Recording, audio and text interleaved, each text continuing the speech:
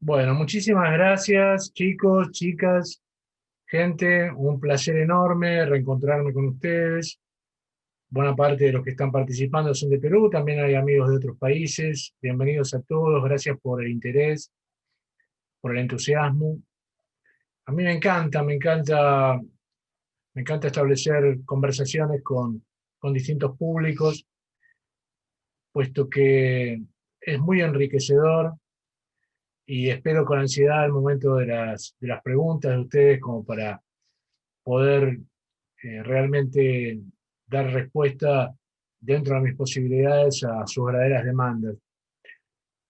Hoy lo que me convoca, aquí aparece, tiene que ver con un desarrollo de última generación que he hecho, que tiene que ver con las 10 C estratégicas de las relaciones públicas, que vamos a ver, y se me ha pedido que enfoquemos este modelo de gestión teniendo en cuenta la situación actual de la pandemia que nos afecta a todos y de la crisis política que en particular afecta al Perú y que hemos seguido desde Argentina con mucho interés y mucha preocupación.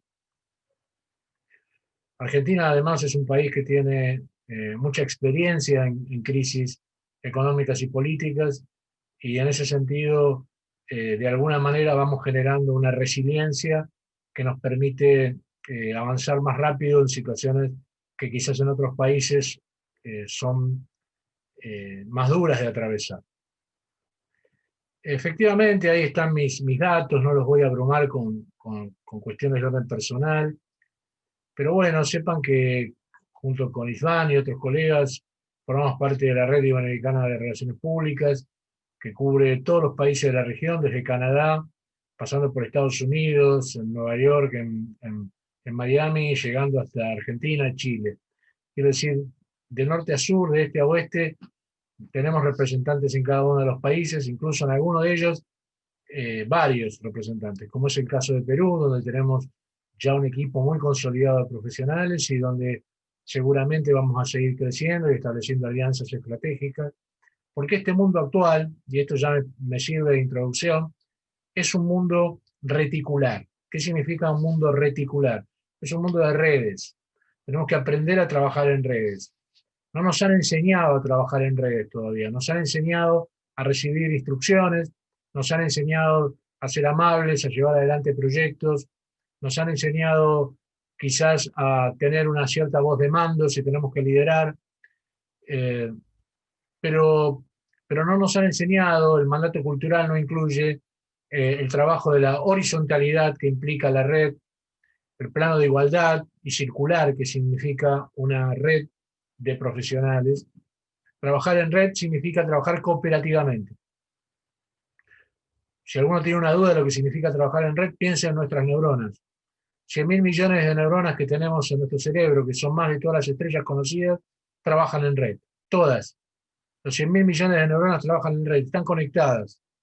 Quiere decir que somos capaces de generar nuevas uniones a través de nuestros axones, de nuestras neuronas, nuevas sinapsis, que nos permitan nuevos circuitos creativos. Por eso la creatividad es la C número 10, que nos permita nuevas soluciones, encontrar alternativas a las situaciones, y eso tiene que ver con nuestra capacidad, neuroplasticidad fabulosa que tenemos los seres humanos de reconvertirnos, de analizar el pasado, pero también de proyectar a futuro en función de las enseñanzas del pasado y en función de anhelos y expectativas, ¿no?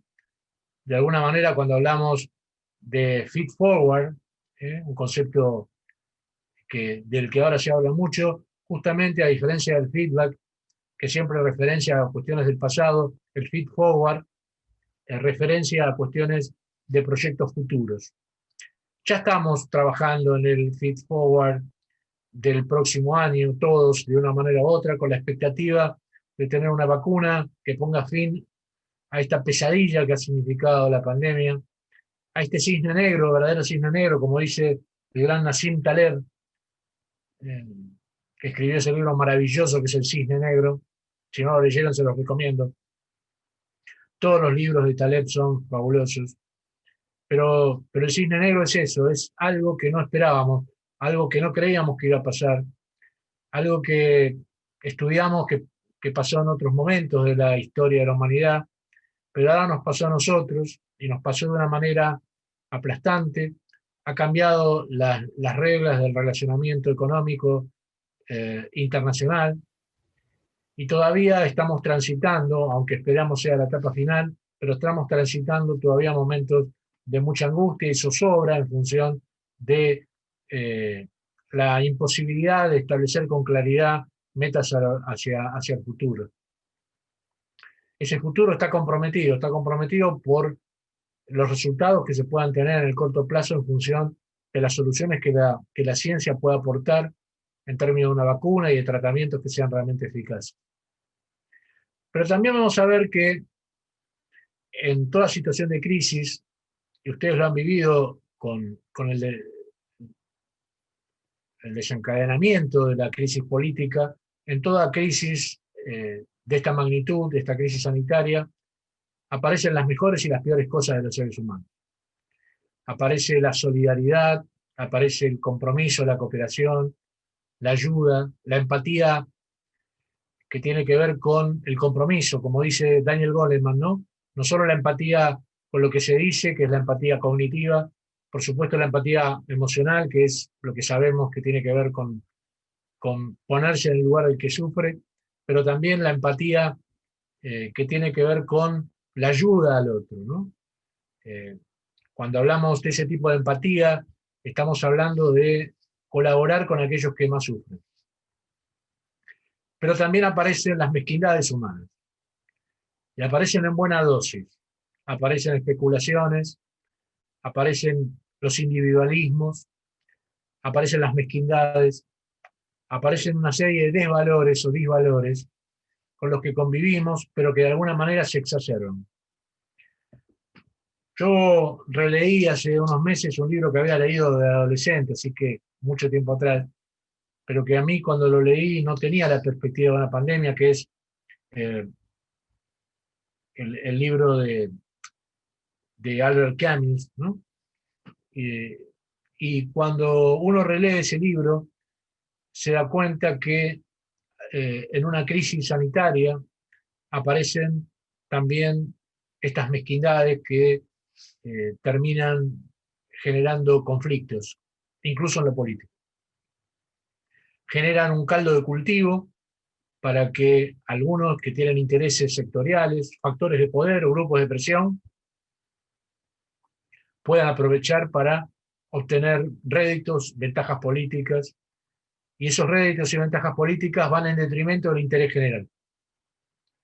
Y esto es algo que la comunidad tiene que advertir, y Relaciones Públicas tiene una tarea fundamental en la generación de conciencia sobre lo que sucede a nivel político y lo que sucede a nivel social y económico. Nosotros estamos en una posición de privilegio, que es una posición de engranaje entre la realidad y la opinión de los públicos. Tenemos que trabajar denodadamente por conciliar los intereses de las organizaciones que representamos, sean políticas o económicas o financieras o sociales, con los intereses de la comunidad en general. En la medida que no haya una armonía entre esos intereses, vamos a seguir disociados. Y en esa división es que sacan tajada aquellos que no son solidarios, son insolidarios.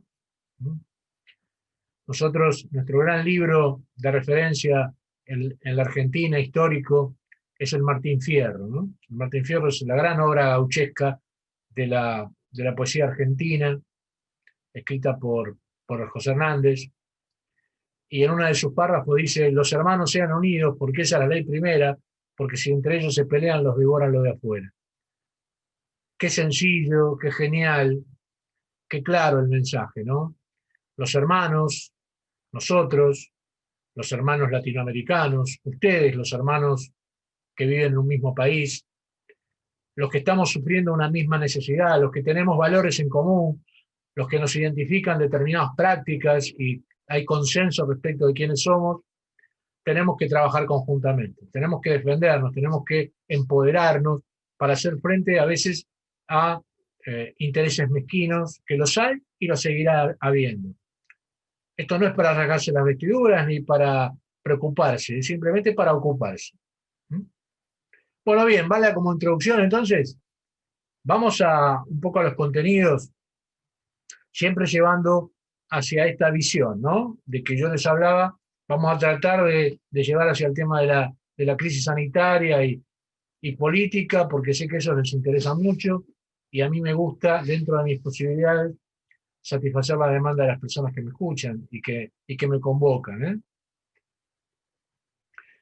Brevemente, acá hay una asociación, ¿no? Acá hay un grupo de profesionales, recién se presentaba la profesora, la colega, de APEPCOM, la Asociación Peruana de Profesionales de Comunicación, me encantó. Me encantan las instituciones que toman iniciativas, que empoderan a los estudiantes, por eso yo siempre que puedo colaboro con los estudiantes que organizan actividades. Me reflejo hace unos cuantísimos años atrás, cuando estaba en esa posición en la que ustedes están, en la que está Mariana, en la que está Johnson y muchos otros, trabajando, dando mis primeros pasos junto con mis amigos, estudiantes, colegas, y bueno, tratando de experimentar. Así que sé muy bien lo que eso significa, por eso que siempre que puedo doy una mano, porque de eso se trata, ¿no? De devolver lo que uno recibió a lo largo de la vida profesional. Respecto de comunicación, que es una palabra muy utilizada y no siempre debidamente comprendida, me gustaría arrancar desde ahí, desde una aproximación pragmática, no teórica, sino pragmática. Ya de teoría de comunicación ustedes saben mucho, de eso estoy seguro, pero lo que necesitamos es de visualizar esas cuestiones teóricas en lo que pasa en la práctica. Y me gusta hacerlo siempre de una manera lo más simple posible. Las cosas cuando son simples se comprenden mejor. No significa que la comunicación sea un fenómeno simple, es un fenómeno complejo, pero que podemos analizar desde sus facetas más simples, más claras, para comprenderlo, por lo menos en su esencia. La comunicación es el resultado, en realidad, de un proceso. La comunicación es algo que se alcanza en función de si se logran o no determinados objetivos. La comunicación tiene elementos que pueden o no posibilitar el objetivo final de la comunicación, que probablemente sea la comprensión, sea el conocimiento, sea la realización de un proyecto, sea aprobar un examen, sea eh, relacionarme con mis hijos, con mi pareja, no importa lo que sea. La comunicación está ahí presente para ayudarnos a alcanzar todos nuestros objetivos, o si no tenemos control o dominio o no tenemos cierta conciencia metacomunicacional, probablemente sea un elemento discordante o entrópico que juegue en contra de nuestros propios intereses. Por eso es tan importante saber qué es la comunicación para poder, de alguna manera, tener una injerencia positiva en el proceso. ¿Cómo arranca todo? ¿Cuál es la base de la pirámide comunicacional? La base de la pirámide comunicacional es la información. La información, no la voy aquí, ustedes ya también conocen de esto. Cuando hablo de información estoy hablando de temas fundamentalmente de orden cognitivo. Por eso hablo de un input predominantemente cognitivo. Significa de una información que ingresa al sistema o que aportamos a la comunicación, que fundamentalmente es captado por nuestro lóbulo frontal, es captado por nuestra área racional, por nuestro neocórtex, siguiendo la definición o la clasificación de las tres partes del cerebro de MacLean. La parte racional es la que primero aborda o comprendemos cuando leemos una noticia en los medios, cuando escuchamos a los periodistas que escuchamos en los noticieros informativos de televisión, o cuando un amigo nos informa sobre algo que ha sucedido. La información es la base. La información tiene que ser de calidad. Lamentablemente, en la pandemia hemos sufrido lo que se llamó infodemia, o sea, es la deformación de la información, es la falta de información adecuada. La infodemia es una infección de la información, una tergiversación de la información con objetivos políticos o con objetivos económicos. Lamentablemente, se han sufrido en las redes. Fundamentalmente las personas consumían información que no era fidedigna, que no era real, y eso generó aún más confusión. Por eso la responsabilidad social del que informa, del que comunica, que esa información sea real y concreta. No digo que sea tremendamente importante, aunque sea mínima, pero que sea real. En relaciones públicas trabajamos con información veraz, con información comprobable. Si no es comprobable, por favor, no comuniquen nada. Es preferible no decir nada que decir una mentira o decir algo que no podamos comprobar. Las personas aprecian que no digamos mucho, pero que digamos algo que sea verdad. A esa información, por supuesto, a ese input predominantemente cognitivo, se le suma otro elemento que tiene que ver con la interinfluencia. No digo influencia porque la influencia es unidireccional, va a un solo sentido. Eso es manipulación. En cambio, la interinfluencia es tener un objetivo, pero estar atento al interés del otro, de forma tal de que si es necesario, readecuamos o adecuamos nuestro objetivo, o lo reformulamos lisa y llanamente, o nos retiramos de la comunicación, pues nos damos cuenta que nuestro interlocutor o grupo de interlocutores tienen intereses con los que no podemos coincidir. Eso también es lógico, eso también es razonable. No siempre la comunicación tiene que terminar en un estado eh, previsto con anticipación, sino que en la generación de la relación pueden aparecer múltiples resultados. Esta interinfluencia apunta a lo emocional, por eso es tan importante ver que los interlocutores a los que seguimos estén motivados, que nuestros cuadros políticos estén consustanciados, que no solo sea un discurso, que sea información, sino que se los vea compenetrados, que se los vea afligidos, que se los vea trabajando codo a codo con las personas en situación de crisis, ¿no? Acá hace falta mucho ejemplo. El ejemplo es fundamental en los líderes políticos. Necesitamos personas que se remanguen y que trabajen junto a nosotros y que den el ejemplo de cómo actuar frente a las situaciones críticas. Entonces, eso aporta a lo emocional, ¿no? Por ejemplo, en la Argentina, eh, la reacción que tuvo en ese momento reciente presidente argentino y actual presidente, no lleva ni un año en el ejercicio del poder, Aníbal Fernández, Alberto Fernández, fue fundamental para la tranquilidad de la sociedad. Se lo notó aplomado, consustanciado del dolor de las personas, de la angustia, pero firme, dando información real, dejándose asesorar por los que saben, reconociendo que él era un abogado, no era un infectólogo, y estaba escuchando a las personas con mayor capacidad para tomar decisiones. O sea, ¿qué mostró? Mostró su lado humano. No se mostró como un superhéroe, se mostró como una persona con debilidades, pero con entereza y con eh, lógica para llevar adelante la situación. Y por último, no menos importante, es la respuesta del público. Tiene que ver con lo que llamamos la percepción interna, que es el estado emocional, el estado motivacional, ¿no? El estado mental, en realidad. El EM es el estado mental. El estado mental, para los que saben de coaching o les interesa ese tema, tiene que ver con lo que nos provoca algo. Por ejemplo, mi discurso hasta acá, a los que me están escuchando, ya 82 personas, wow, cuánta gente,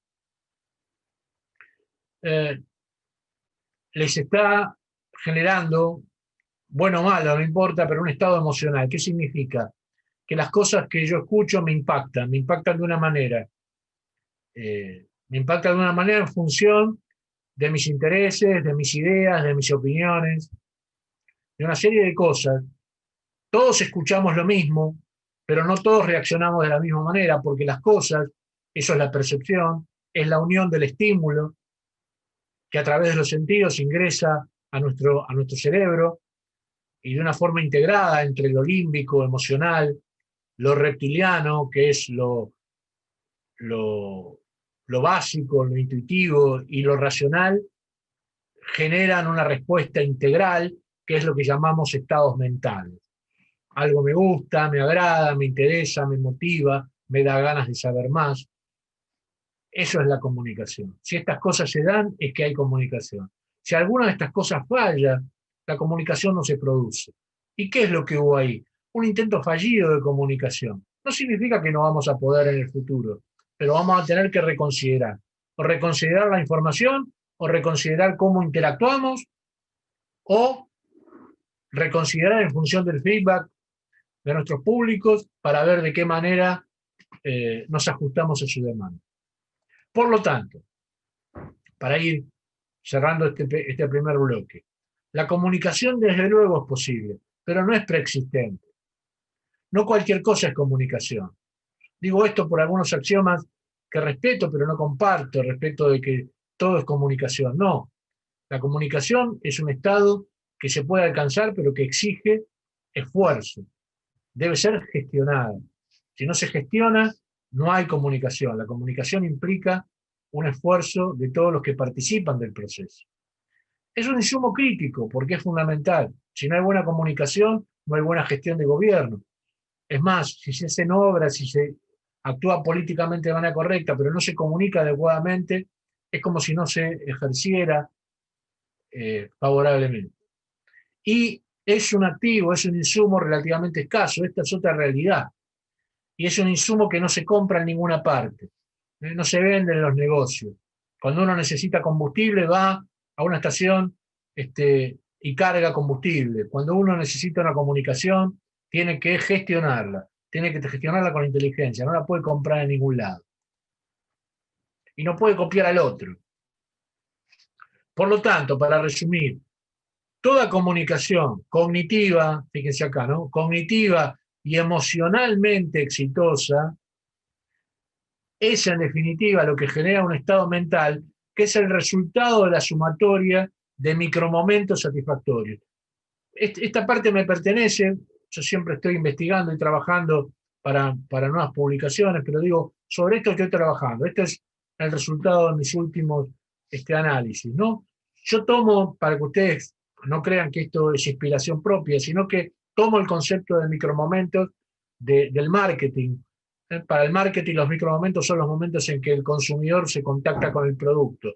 Es el momento de la magia que se provoca en el acercamiento entre el cliente, el consumidor y el producto. Bueno, en relaciones públicas yo llamo micromomentos a esto, a momentos en que el disertante se conecta con las 83 personas, en el momento en que la profesora se conecta con los estudiantes, en el momento que el político da un mensaje y lo escucha a la sociedad, en el momento en que establecemos comunicación y nos relacionamos con otros, son micromomentos. No pensemos en el éxito de la comunicación como algo inalcanzable, sino que pensemos en la comunicación como sumatoria de pequeños momentos. Este es un pequeño momento, pero hay que aprovecharlo. Este es un pequeño momento, una hora en nuestras vidas es un micromomento, pero es un momento de contacto y que tenemos que aprovecharlo. Aunque no tengamos una relación posterior, es un momento valioso y es un momento que tenemos que aprovechar para enriquecernos. Muy bien. ¿Vamos bien hasta acá? Mariana. Bueno, Sí, tu cara me vamos dice que bien. bien. ¿Vamos bien? Johnson, bien. Sí, todo Bien. perfecto. Sí, vamos bien. Todo perfecto. Bien. Podemos continuar. Bueno, no exageremos tampoco. Perfecto no, pero si vamos bien ya es suficiente. Por supuesto, todo lo que les digo es bajo la perspectiva de un relacionista público, ¿no? Los relacionistas públicos somos personas que valoramos mucho el relacionamiento interpersonal y corporativo. Tenemos una habilidad para establecer vínculos entre las partes, para vincularnos, para relacionarnos, para conversar, para establecer conversaciones con los públicos, ¿no? O el concepto clave es la conversación. En conversaciones cooperativas, ¿no? Paul Grice, el gran filósofo y semiólogo que habla de las máximas conversacionales, dice eso, ¿no? Que la comunicación tiene que ver con la cooperación entre los que hablan y escuchan y alternativamente después exponen y los otros escuchan. Muy bien, Obviamente lo que buscamos es posicionar una imagen favorable de las organizaciones que representamos, pero que esté basada en valores. Esto es muy importante. Y quiero marcar una diferencia con el marketing y la comunicación política, que en términos generales está muy interesada en posicionar una imagen favorable de los candidatos, pero que no está basada en valores. Están basadas en conveniencia, en lo que conviene decir. Y eso no es un principio de relaciones públicas. Las personas no tenemos que decir lo que conviene decir, tenemos que decir lo que tenemos que decir. Y si no tenemos nada para decir, esperamos tener algo para decir. Y le decimos eso a la gente, que estamos trabajando, pero que no queremos decir lo que todavía no podemos decir. Eso es valor, eso es integridad. Lo demás es puesta en escena, lo demás es un fraude. Porque la gente común, la que no tiene la suerte que tenemos nosotros de tener una instrucción universitaria como estamos teniendo o tienen, la gente común confía mucho en los medios de comunicación, en sus dirigentes, y estas formas de manipulación comunicacional son muy inconvenientes, innecesarias y deben ser criticadas. Las relaciones públicas, por supuesto, entonces, es una función respetuosa, centrada en el diálogo y en el destinatario, lo que les decía recién. Las relaciones públicas tienen que ver con una concepción estratégica de la comunicación, que está por encima de lo táctico. Las relaciones públicas tienen que ver con una disciplina que afecta fundamentalmente el porvenir, por eso es estratégico.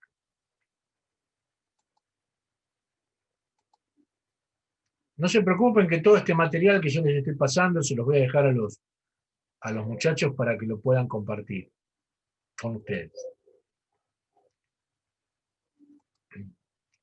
Obviamente las relaciones públicas han crecido desde ser una mera herramienta táctica del marketing o de las comunicaciones integrales del marketing a ser una verdadera estrategia de comunicación institucional.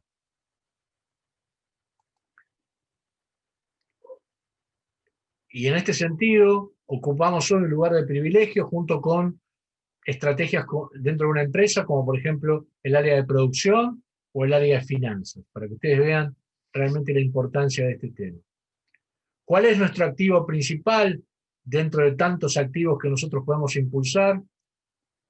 Crear, mantener o modificar una imagen institucional, pero que esté basada en valores y en principios, no en mentiras.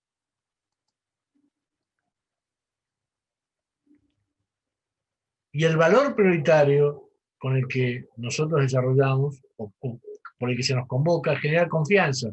Y la confianza tiene que ver con la sucesión de actos que generan credibilidad. Ahora lo vamos a ver después las 10C porque está confianza. Pero confianza básicamente es creer que alguien va a hacer aquello que se comprometió a hacer.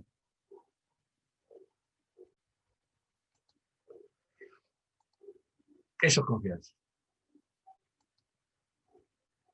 Esa confianza, que es el activo principal de relaciones públicas, es un juicio de valor, que está basado en 3 subjuicios, que me parecen importantísimos. La integridad, la ejemplaridad. No basta con decir, es fundamental mostrar el ejemplo a través de la acción, de la operatividad. La integridad significa que aún en los momentos en lo que es duro decir lo que hay que decir, se lo dice de la mejor manera posible y tendiendo la mano de ayuda solidaria que sea necesaria. Pero los verdaderos líderes son los líderes que predican con el ejemplo. Mi papá era un hombre de pocas palabras, no fue a la universidad, tuvo que trabajar desde muy joven. Yo tuve la suerte de ser universitario gracias a su esfuerzo que me lo permitió. Era un hombre de pocas palabras, de las palabras justas. Nunca se sentó conmigo a darme grandes discursos. No era necesario. Yo si tengo algunos valores es porque lo vi actuar. Y lo vi actuar cuando él no se daba cuenta que yo lo estaba observando. Eso es fabuloso. Porque la reputación que uno puede tener no es más que eso, es lo que la gente dice de ti cuando tú no estás. Eso es la reputación. Tener competencias, experiencia, o sea, estar formado para hacer algo, obviamente, no ser un improvisado, y, y sostener a lo largo del tiempo esa conducta. Eso es fundamental para que haya confianza.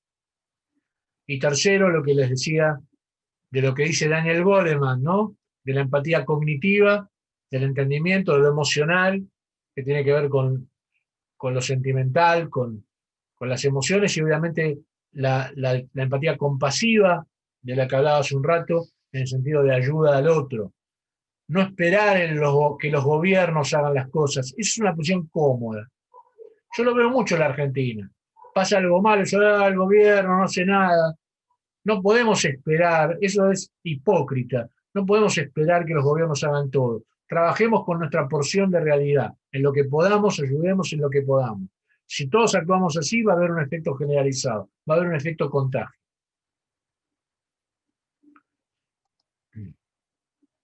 Bien. Esto me lleva a una reflexión, que es lo que estamos hablando hoy, ¿no? Lo que ustedes planteaban al comienzo. Estamos en una situación de crisis de confianza, ya antes de la pandemia. Las personas creemos poco en los políticos ni hablar, creemos poco en los periodistas también, creemos poco en los dirigentes y en las cúpulas religiosas, creemos poco en casi todos. ¿Por qué? Porque nos han prometido muchas cosas y nos dimos cuenta que en realidad pocas de ellas se cumplieron. Y obviamente, como dijo el gran Albert Einstein, los problemas no pueden ser resueltos en el mismo nivel de pensamiento en el que surgieron. ¿Esto qué significa? Que si yo aplico la lógica conocida para resolver los problemas, probablemente los problemas reaparezcan como reaparecen periódicamente. Crisis políticas, crisis económicas, crisis sociales, que se renuevan permanentemente. Eso significa que no estamos encontrando soluciones creativas. Vamos a tener que cambiar nuestro estado mental, del que hablaba antes. Nuestro estado mental va a tener que ser superador para poder encontrar una respuesta no lineal, probablemente lateral, superadora, creativa, buscar otras herramientas, poner un punto final a las soluciones históricas que no resultan y ver de qué manera encontramos soluciones nuevas, cooperativas, dialogadas. Y si no aparecen, no aparecen. No estamos obligados, pero hay que intentarlo, ¿no? Lo que les decía recién, la confianza es la creencia de que alguien va a hacer algo. Eso es fundamental. Y la crisis de confianza se resuelve con gestión de política institucional, que es lo que nosotros hacemos. Este nuevo modelo de comunicación estratégica se plantea este problema de fragilidad en la que estamos. La fragilidad es lo que habla Nassim Taleb en sus libros de las economías y de los mundos de las fragilidades. Bueno, como el mundo es muy frágil, hay que antifragilizarlo, hay que empoderarlo, hay que darle consistencia.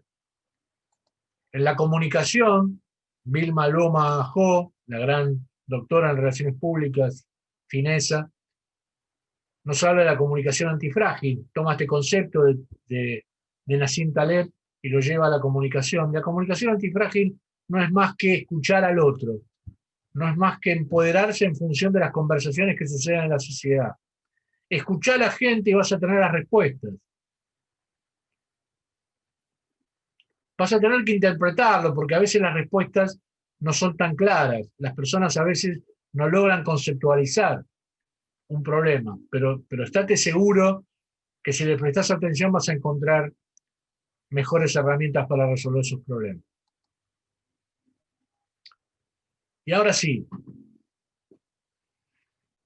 vamos a llevar todo esto a un esquema de gestión, como para poder trabajar ordenadamente, no necesariamente en este orden que yo los voy a dar, pero pero sí para tener un marco de referencia de qué pensar cuando trabajamos un proyecto, ¿no?, de relaciones públicas. Y más allá de la metodología, y más allá que pueden ser 10, 12C o 10C más otras letras, eso no es lo importante. Lo importante es que tengamos un método de gestión basado en valores, en principios. El primero no podía ser otro que la confianza, lo acabo de decir. Cuando se nos contrata a los relacionistas públicos es porque normalmente hay una crisis de confianza, interna o externa, o ambas. Han pasado crisis, han pasado momentos duros, ha habido conflictos, internos, externos o ambos, y la organización por sí misma no logra restaurar el clima de confianza, porque cuando la confianza se rompe, hay que tener mucha inteligencia para reconstituir. Y es normal que venga un externo como nosotros para dar una cobertura, para dar una facilitación para que se logre esa restauración de confianza. Somos especialistas, eso se llama generar umbrales de confianza. Cuando la confianza se rompe, hay que terminar ese círculo vicioso y iniciar un círculo virtuoso en base a una política que se llama de concesiones mutuas. Por ejemplo, aunque ustedes no lo crean, en la crisis política del Perú sucedió. Hubo concesiones mutuas. Las personas salieron a manifestar. Hubo consecuencias nefastas de esas manifestaciones. Eso alteró el estado emocional del pueblo, precipitó las respuestas e indudablemente esas respuestas requirieron de una conducta equivalente que en ese sentido tuvo que ver con el alejamiento de algunos referentes políticos. Y esa confianza, el umbral de confianza, no la confianza total, el umbral de confianza no se restablece si no hay una respuesta acorde en el mismo nivel. Eso es la reciprocidad. Si vos no confías en mí, yo puedo primero, junto contigo, establecer un criterio de restauración, es decir, vayamos a recuperar la confianza. Bueno, ¿cómo lo hacemos? Bueno, hagamos concesiones mutuas. Yo te concedo algo de importancia que normalmente no te concedería, como por ejemplo abandonar la gestión política, y vos me vas a tener que conceder algo que normalmente no harías, que es retomar cierta calma, darme cierto tiempo, cierto margen, hasta que nosotros podamos reconstituir la gestión de gobierno hacia un esquema que te resulte o le resulte satisfactorio. Eso llamamos umbral de confianza. Y si las cosas se sostienen a lo largo del tiempo, ahí empezamos a tener ya una confianza mayor. El máximo nivel de confianza sería la fidelización. O sea, tenemos desconfianza de un lado, fidelización del otro. Confianza ciega en alguien sería la fidelización. Bueno, entre una cosa y otra tenemos un derrotero, ¿no? Lo que le decía antes, confianza en que se actuará adecuadamente. Si nosotros vemos que una organización comete los mismos errores porque piensa con la misma lógica que venía pensando, no, perdemos la confianza porque nos damos cuenta que no van a actuar adecuadamente. Seguimos dentro del círculo vicioso. En el círculo vicioso no hay confianza, hay reproches, hay conflictos, hay enfrentamientos. Cuando el umbral de confianza se restablece, podemos empezar a trabajar en la función de coordinación tan importante. Esta es la función de liderazgo que tiene un relacionista público. Es un relacionador, recuerden eso. Estamos liderando procesos de reconversión, procesos de amalgamiento en una sociedad, en una institución, etc. Obviamente trabajamos con comunicación. Somos especialistas en comunicación interna y externa, sin lugar a dudas. Para lograr confianza, trabajar coordinadamente, establecer parámetros comunicacionales adecuados, necesitamos una cierta dosis de consenso. Si no hay consenso entre los distintos estamentos de la organización, entre los estamentos políticos, sociales, económicos, sindicales, populares en general, no se puede avanzar. Se necesita lo que yo llamo una articulación estratégica. Articulación estratégica significa que tenemos que encontrar los comunes denominadores. Tenemos que encontrar esos elementos que nos van a permitir tener un acuerdo de base. Tenemos que lograr puntear los 4, 5, 10 o 15 elementos sobre los que podemos establecer un consenso, una unión conceptual, y trabajar sobre esos consensos y consensuar las acciones que llevan a las decisiones consensuadas. Un relacionista público es alguien que perfectamente puede articular esta situación, porque además normalmente no es percibido como alguien de uno de los bandos, sino que somos de alguna manera intermediarios, somos lo más objetivos posible. Incluso cuando trabajamos para una empresa, somos los más externos de los internos. Un concepto fundamental desde mi punto de vista, que es el de la cercanía. Estar encima de los hechos, encima de la gente, encima de los públicos, escuchar a las personas. Lo podríamos resumir en el concepto de responsabilidad social empresarial. Cercanía con la comunidad. Ser responsables económicamente, socialmente, por supuesto. La responsabilidad social empresarial incluye la económica. Pagar buenos salarios, dar cobertura social, todo eso es importante. Proteger. Cercanía es protección, es compromiso. Cercanía tiene que ver con calidez, bajar del pedestal, hablar con las personas en el llano, en situación de igualdad. Por eso el concepto de reticularidad del principio.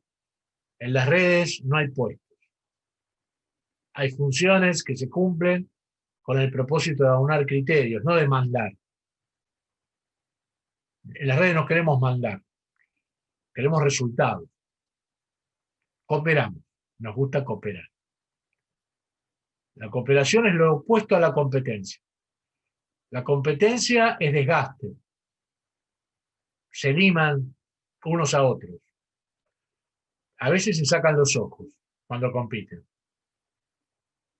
Quedan heridos de todos los bandos.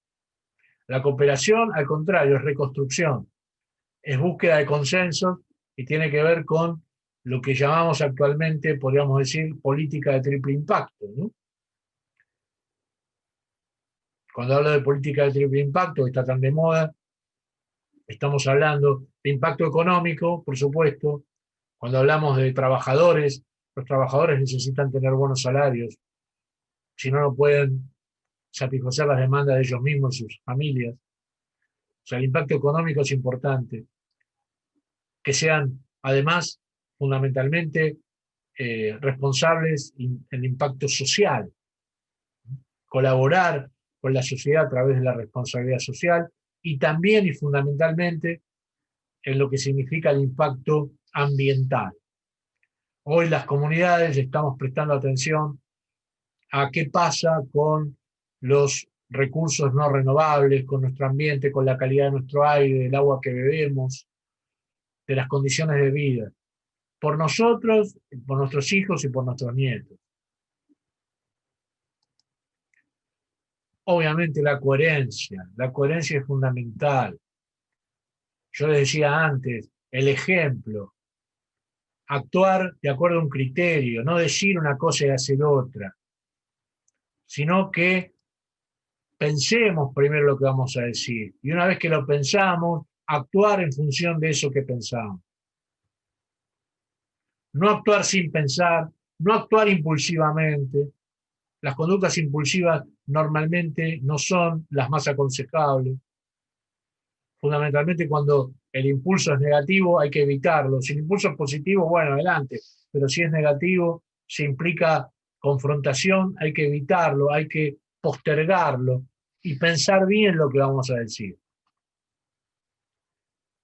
Y una vez que lo decimos, actuar en función de cómo pensamos. ¿Por qué? Porque podemos razonar, podemos justificar eso que decimos. Eso es muy importante. Y otra cosa muy importante que normalmente no aparece, que es la constancia. Para mí es una de las claves. Uno a veces tiene buenas ideas, pero no fracasa en la concepción de la idea, sino que fracasa en no darle continuidad en el tiempo, en no sostenerla a lo largo del tiempo. Quizás una buena idea todavía no fue comprendida y hay que trabajar para que sea comprendida, para que sea internalizada por los demás. Y para eso hay que luchar, hay que esforzarse. Eso llama mantener el rumbo. Para llegar a la otra costa, el capitán debe mantener el rumbo. Por más que haya tempestades, por más que haya oleaje, por más que haya desvíos, hay que intentar mantener el rumbo, si el rumbo está bien determinado. Esa constancia y voluntad, ¿no? La voluntad, la voluntad. La voluntad es fundamental. Hay personas o instituciones que no tienen grandes luces, sin embargo, tienen voluntad. Y terminan a veces llegando más lejos que los talentosos. ¿Por qué? Porque tienen voluntad, porque se esfuerzan. Ese esfuerzo es vital. Sin esfuerzo no hay nada. La credibilidad, ni que hablar, ¿no? La credibilidad es una de los soportes fundamentales de nuestra tarea. La credibilidad tiene que ver con hablar con verdad, con criterios de verdad, con eh, dar cuenta de nuestros actos, actuar de manera transparente, de no ocultar información. No digo no tener defectos, pero no tener graves defectos. Si tenemos un grave defecto, trabajar para resolverlo. Las personas que se relacionan con nosotros, digo nosotros, personas u organizaciones, no pretenden que seamos perfectos. Sería una pretensión inútil, porque somos imperfectos. Lo que sí pueden esperar es una coherencia, es un trabajo creíble en base a conceptos de transparencia. Todos tenemos algo que ocultar. Todos ponemos alguna basura bajo la alfombra cuando vienen las visitas. Todos lo hacemos. Pero eso no está mal, eso es lógico. El tema es no tener un cadáver en el ropero. Eso sí es grave. Basura bajo la alfombra un poco siempre hay.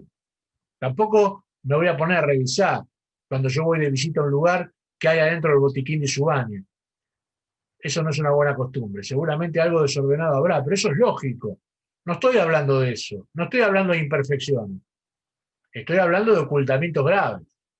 Los ocultamientos graves atentan con la credibilidad y no se recomponen fácilmente, ¿eh? De eso les puedo dar certeza.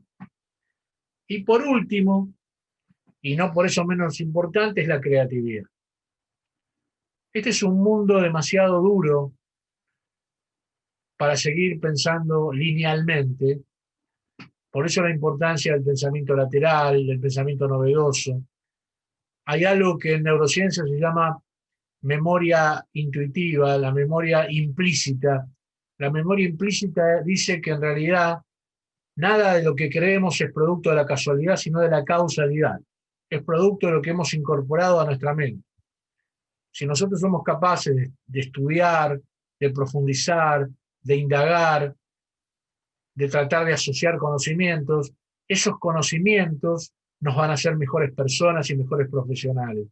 Y nos van a dar posibilidad de ofrecer a nuestros clientes o al público mejores respuestas, respuestas más creativas, mejores mensajes, porque en última instancia no pensemos la creatividad como una nueva canción o como un fenómeno meramente artístico, sino estoy hablando de creatividad en cuanto a mensajes innovadores, mensajes frescos, mensajes contundentes, mensajes que motiven, mensajes que llamen la atención, que provoquen cambios, que movilicen a las personas, que nos hagan mirar a ver qué es lo que estamos diciendo.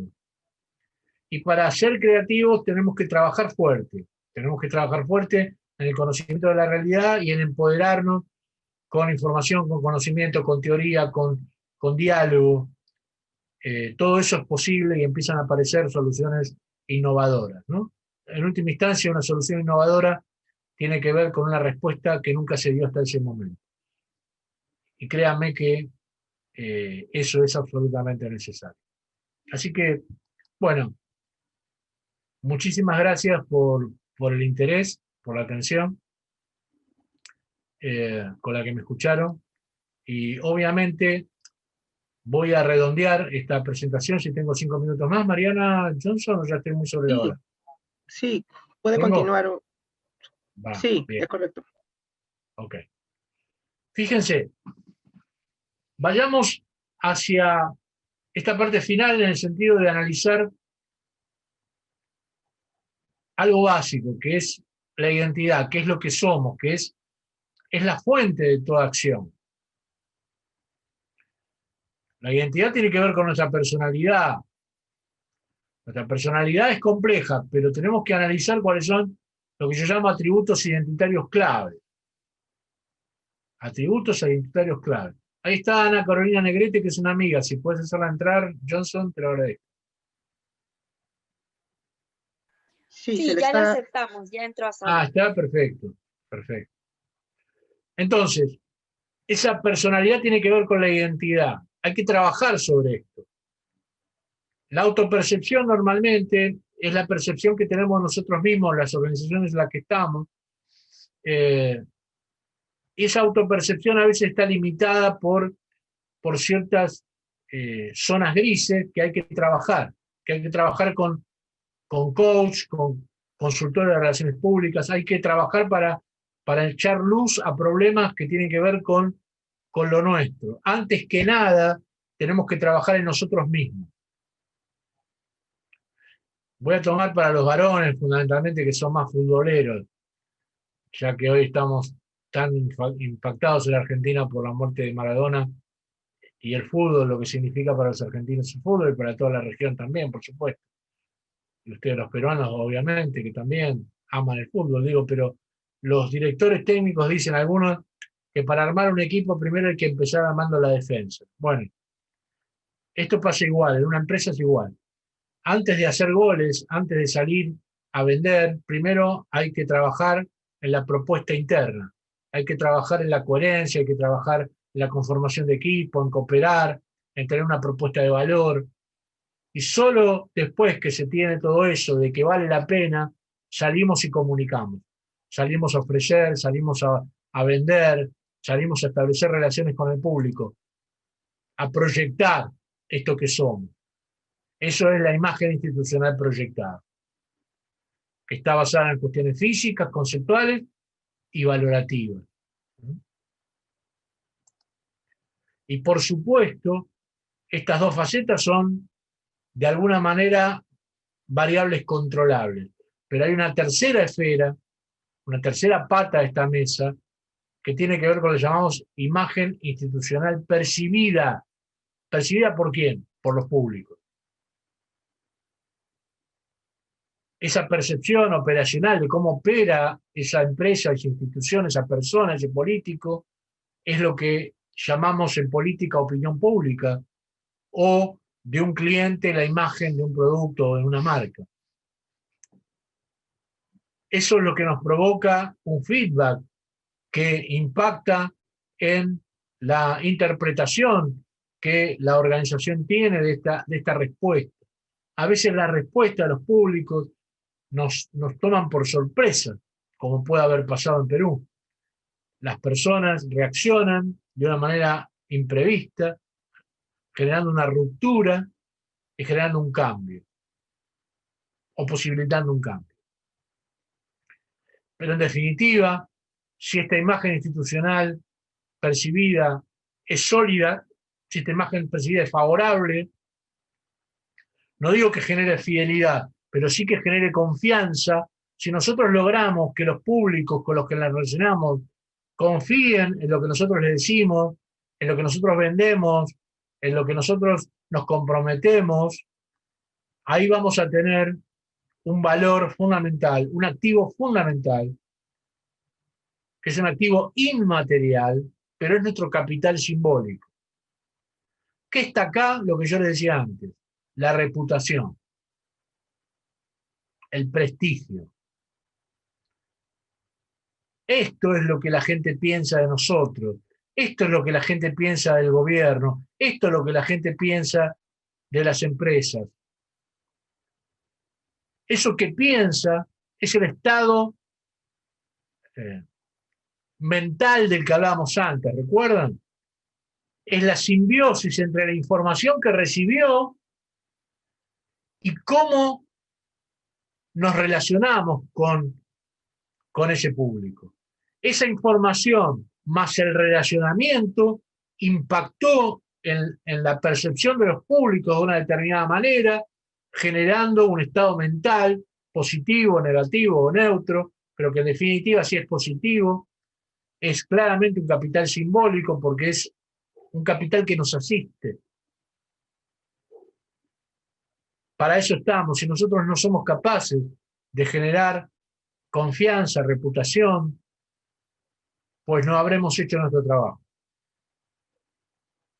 Por supuesto, dadas las condiciones, ¿verdad? Nosotros no somos magos. Nosotros no podemos hacer que una mala persona sea percibida como una buena. Por lo menos yo no lo haría. Como dice el gran Howard Gardner, ¿no? El de las inteligencias múltiples, para ser un buen profesional hay que ser una buena persona. Repito, Howard Gardner, el creador de las inteligencias múltiples, no lo digo yo comparto plenamente, nada más. Para ser un buen profesional hay que ser una buena persona. Y una buena persona no miente. Una buena persona trabaja con la verdad, se sincera, no es perfecta, pero trabaja en su perfeccionamiento. Trabaja en su perfeccionamiento. Yo no quiero que mi amigo o mi amiga no tenga defectos, porque yo los tengo. Pero si hay un defecto que es grave y pudimos identificar, lo que pido, sí, honestamente, es que haga un esfuerzo por resolver. Con el tiempo que sea necesario. Pero a mí me basta que mi amigo o mi amiga se esfuerce en mejorar ese defecto. Eso ya es muy bueno. De los que no quiero ser amigos, ni nada, es de los que no se esfuerzan. Es de los que niegan que tienen cuestiones para resolver. Son los negadores históricos, son los que siempre encuentran la paja en el ojo ajeno y no la viga en el ojo propio. Con esas organizaciones, con esas personas, y menos a esta altura de mi partido, no tengo el menor interés en relacionar. Así que bueno, ese modelo de gestión acá está plasmado. Es este modelo. Como verán, son engranajes que están íntimamente relacionados, todos con todos. Lo que pasa acá impacta acá, o no. Y si no cambia nada acá, no va a haber ningún corrimiento de la imagen percibida. La negación lleva a una autoimagen que se sostiene. Es importante saber cómo nos vemos, pero es importante también trabajar sobre nuestra identidad. De eso se trata. Gente, muchísimas gracias por la atención, han sido muy amables. Ahora sí, estoy a disposición de ustedes para cualquier pregunta que me quieran hacer. Gracias. Muchísimas gracias, licenciado Antonio. Bueno, es muy interesante lo que nos ha compartido el día de hoy. La verdad que ha sido muy enriquecedor para poder nosotros saber cómo desarrollarnos y cómo saber enfrentar un problema de la mejor manera, ¿no? Y para eso tenemos aquí algunas preguntas que nos han dejado en el foro los asistentes el día de hoy. Y vamos a empezar con la primera pregunta que la hace Michael Araujo y dice, ¿deberíamos manejar una mentalidad de negocio en cualquier momento de relacionarnos? Me refiero a que si todo será por contactos, o sea, siempre tenemos que tener una mentalidad de negocio o en algunos momentos deberíamos de pensar de otra manera. Ok. Michael, ¿me dijiste Michael? Sí, Michael Araujo. Perfecto. Mira, yo estoy anotando algo en el chat que va en el sentido de la pregunta que me hace Michael.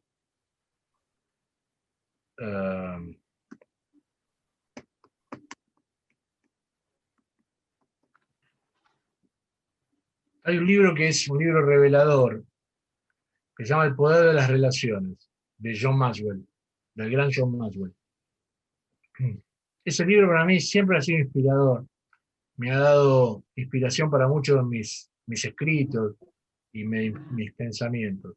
Sí, vivimos en un mundo de relaciones, de contactos, si querés llamarlo, Michael, pero tiene que ver con contactos, tiene que ver con contactos trabajados, con contactos que se establecen a partir de vínculos.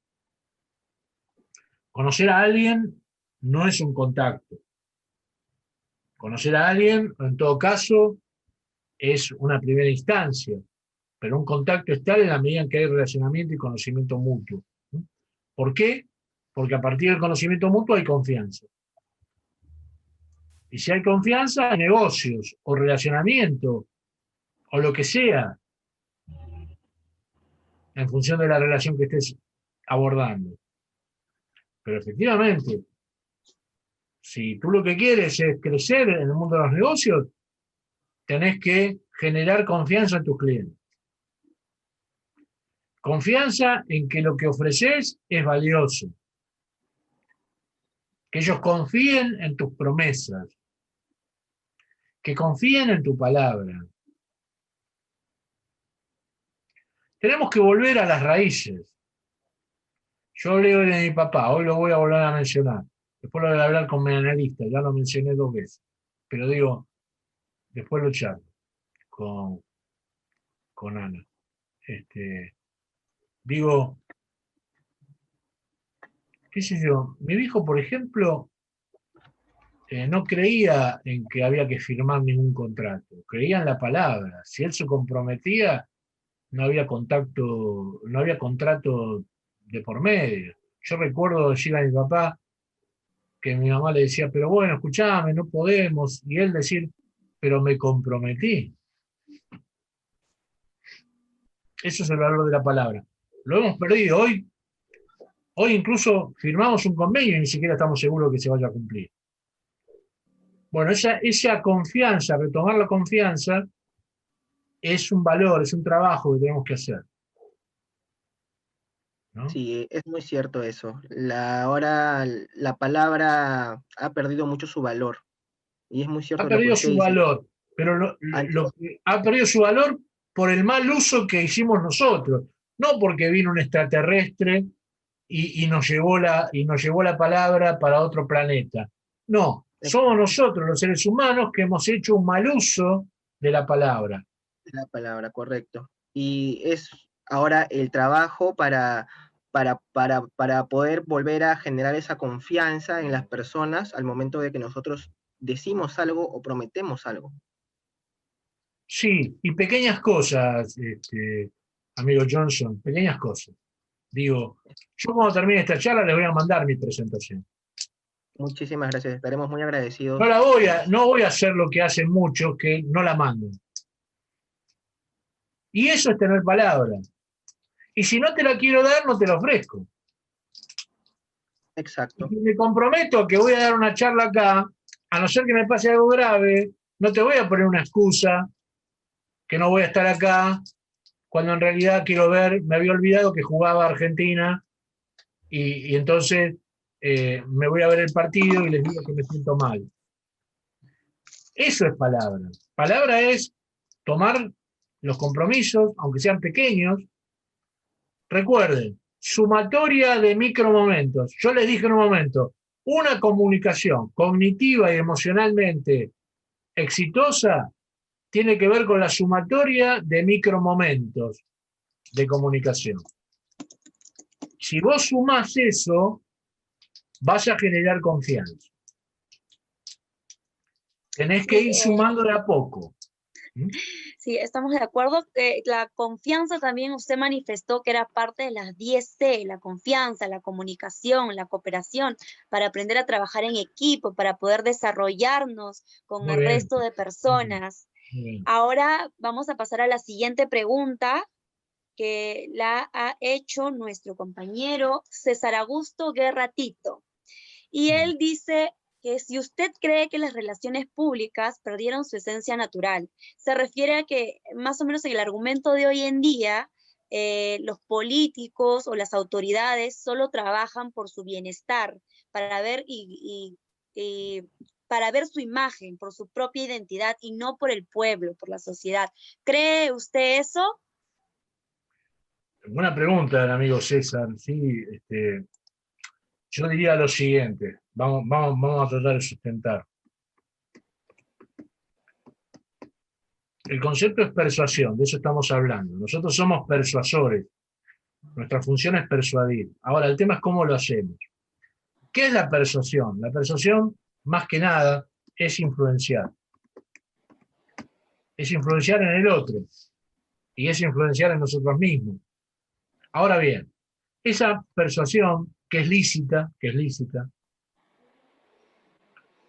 tengo dos caminos para recorrerlo. Un camino que es el histórico y es el que llevó a la crisis de confianza que tenemos hoy, que es el camino de la manipulación. El camino de la manipulación, ¿cuál es? Es el camino de que te hago creer algo que en realidad solo me conviene a mí, no a vos. No a ti, pero me conviene a mí. Sin embargo, que no te lo digo, te hago creer lo contrario. Manipulación significa esconder mis verdaderas intenciones. Eso es lo que tenemos que dejar de hacer. La influencia correcta en el mundo moderno, en el mundo de la cooperación y el trabajo en equipo, como vos decías, Mariana, tiene que ver con el extremo opuesto a la manipulación, que tiene que ver, lo puse en una de las C, por eso lo puse en una de las C, es la cooperación. La cooperación es lo que tenemos que, el camino que tenemos que transitar. En la cooperación podemos cometer errores, pero no hay malas intenciones. Podemos pedir disculpas y volver un paso hacia atrás. La otra parte también. Estamos bien intencionados, queremos el bien común. Por ahí pasa la cosa.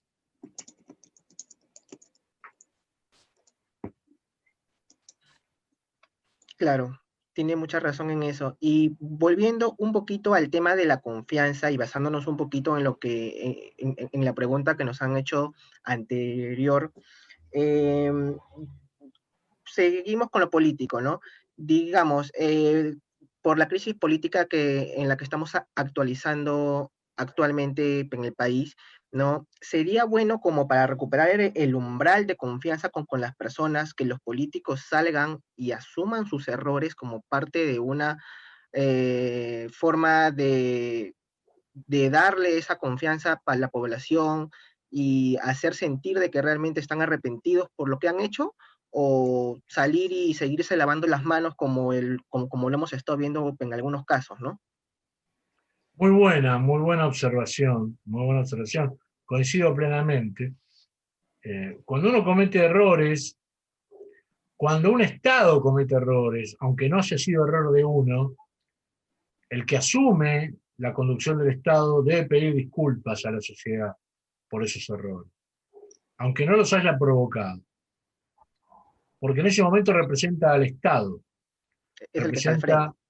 claro, representa a un grupo de personas, hombres o mujeres, que llevan adelante los destinos políticos de un país. Y como representantes de ese sector, deben pedir disculpas, mucho más si se equivocaron ellos mismos. Ahora, ¿alcanza con pedir disculpas? No. Hay que pedir disculpas y ofrecer un plan de reparación, ofrecer un programa de reconstitución de la confianza o de los valores perdidos. Y dar pasos en ese sentido, dar pequeños pasos para la reconstrucción de confianza. Pasos a veces que son simbólicos. Los políticos les cuesta mucho entender los pequeños detalles o acciones simbólicas. Otra vez, micromomentos. Están esperando los grandes resultados. Por ejemplo, sos el presidente, entrá a trabajar más temprano. Andate un rato más tarde. No seas el primero en irte. No te subas el sueldo ni bien asumís. Exacto, es predicar con el ejemplo, ¿no? A que la gente Pequeñas vea que cosas que realmente hay un cambio. restauran la confianza, pequeños detalles simbólicos con lo que deja de ganar, un poquito que deja de ganar, o un rato antes que entra la mañana o se va a la tarde, no va a resolver las cosas, pero son mensajes simbólicos para la sociedad, que dice, wow, mirá a este señor, mirá a esta señora, se está esforzando, yo no sé si va a poder, pero me parece un ejemplo. Y ¿sabes qué? Le pide también a los que colaboran con ellos que también se arremanguen y que trabajen y que vean de qué manera pueden ayudar más. Promueve políticas proactivas en función de esas cuestiones. Pequeños detalles. De pequeños detalles está hecho el mundo. De pequeños detalles está hecho el mundo. Pero bueno, esto es lo que yo entiendo debiera hacerse, y sí, pedir disculpas es importante en la medida en que se tomó nota del error y en la medida en que se desea cambiar. Después va a haber errores. Los pueblos lo sabemos, la ciudadanía lo sabe. Ningún gobierno va a ser ni será perfecto. Ninguna empresa, ninguna persona va a ser perfecta. Pero sí hay un interés en equivocarse cada vez menos. Miren, en el mundo de los negocios hay algo que se llama la calidad total. La calidad total es una tendencia hacia productos o servicios con el menor defecto posible. Eso ya es bueno. Que yo me esfuerce por tener un menor defecto posible, ya eso es valioso. Y seguro me voy a equivocar menos. Sí, es muy cierto lo que usted nos está comentando, ¿no? Es importante lo que usted nos dice de los pequeños cambios, y creo de que las pequeñas acciones son las que al final marcan una gran diferencia, y creo de que deberíamos empezar a poner eso en práctica para poder empezar a generar un cambio, ¿no? Empezar nosotros mismos si queremos realmente generar un cambio a futuro y no esperar que alguien más lo haga por nosotros, sino empezar nosotros mismos a generar eso. Sí, pero Ha también sido, por eso es verdad, y por eso es tan importante la función del liderazgo. Las personas necesitamos líderes confiables, que sean como uno, que sean transparentes, que se esfuercen, que sean coherentes, todo eso sí que hablábamos. Eh, Necesitamos líderes. Los líderes son importantísimos. Nos cuesta mucho conducirnos solos, pero líderes, por ejemplo, yo como profesor, a Iván le pasa lo mismo. eh, Necesitamos ser facilitadores. ¿Por qué? Porque trabajamos con un grupo de personas, en mi caso, alumnos de posgrados o alumnos de los últimos años de la carrera de grado, y no necesitan un líder académico eh, que le baje línea, sino que necesitan, desde mi punto de vista, un líder facilitador de conocimiento, que los ayude a pensar por sí mismos. Yo toda la charla de hoy, lo único que traté es de ayudar a pensar a los que me están siguiendo, 78 quedaron en línea, mira vos, perdimos 5 nada más, bastante bueno el promedio. Capaz que yo tengo que ir a comer, tenían hambre, pero quiero decir, perdimos poca gente. Eso quiere decir que probablemente. no tuvo el interés, lo agradezco muchísimo, es muy bueno. A eso Sí, me refiero. muchísimas gracias. Esos son detalles. Son detalles que también te tienen que servir a vos, ¿no? Mirá, ganamos uno más, ya estamos en 79. Quiero decir, Exacto. ¿Se entiende lo que digo? Son detalles. Si vos arrancás con 83 personas y termina tu charla con 45, no le eches la culpa a la conexión. Revisá tu ponencia para la próxima. Exacto. Y pedí disculpas. Bueno, si no estuve a la altura de las circunstancias, les pido disculpas, lo lamento, hice mi mejor esfuerzo, voy a revisar lo que he hecho y bueno, otra vez hice lo mejor que pude. Y eso ya es valioso, ¿no? Porque Claro, nadie se le puede pedir que sea perfecto. es el Eso sí, reconocer también hay que dar el los mejor errores. esfuerzo. Yo Sí, siempre digo eso. Más lejos que yo de estar perfecto no hay nadie, pero digo, lo que yo no me puedo permitir es que la gente me escuche y diga, no puso lo mejor de sí. Eso sí que no es negociable para mí. Eso es el entusiasmo. Ese tiene que ver con el compromiso, con esa cera que hablábamos de constancia, de mantener el rumbo y de hacerlo con una impronta. Eso, en definitiva, la gente lo valora. La gente lo valora.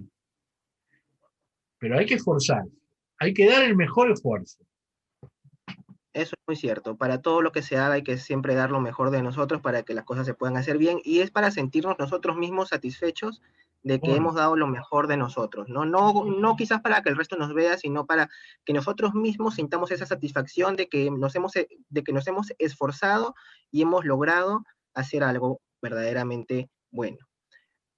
Bueno, lo que y cuesta, como decía mi abuela, lo que cuesta vale, se aprecia. Lo que costó, después se aprecia. es Por ejemplo, cierto, en Argentina nos costó mucho retomar la democracia, que retomamos en el 1983. Nos costó mucho, pero como nos costó mucho, la sostenemos. exacto. Es cierto eso. Y bueno, creo de que ya estaríamos dando por finalizada esta parte de la conferencia.